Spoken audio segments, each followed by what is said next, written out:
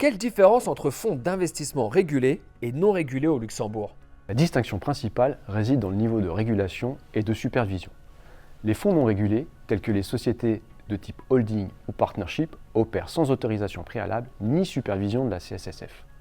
Ceci signifie une protection limitée de l'investisseur, mais en contrepartie une grande liberté sur les choix et stratégies d'investissement.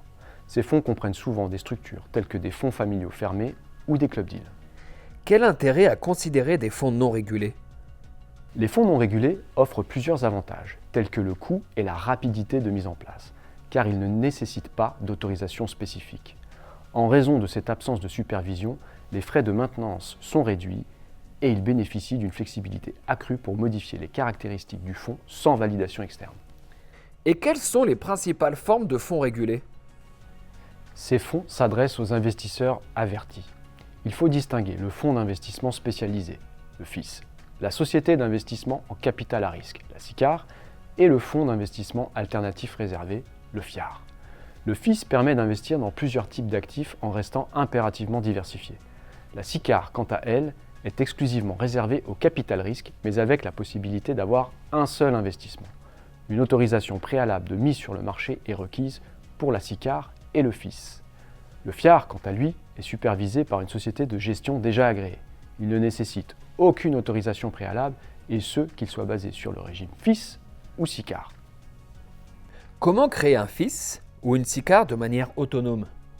Au-delà des statuts et du prospectus détaillant toutes les caractéristiques du fonds, il faut déposer un dossier d'acceptation auprès de la CSSF. Ce processus prend plusieurs mois. Le FIAR profite d'une accélération du processus, car la société de gestion agréée va en quelque sorte lui déléguer sa licence, vérifier et approuver la conformité du fonds. Quels sont les avantages et les considérations à prendre en compte pour les fonds régulés?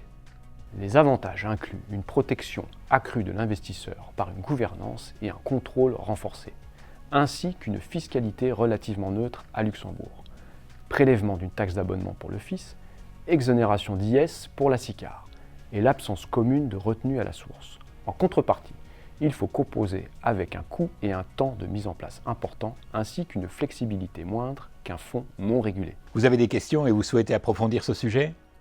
Veuillez nous contacter par téléphone ou par mail pour un conseil personnalisé. Cliquez sur le bouton Suivre pour recevoir nos actualités.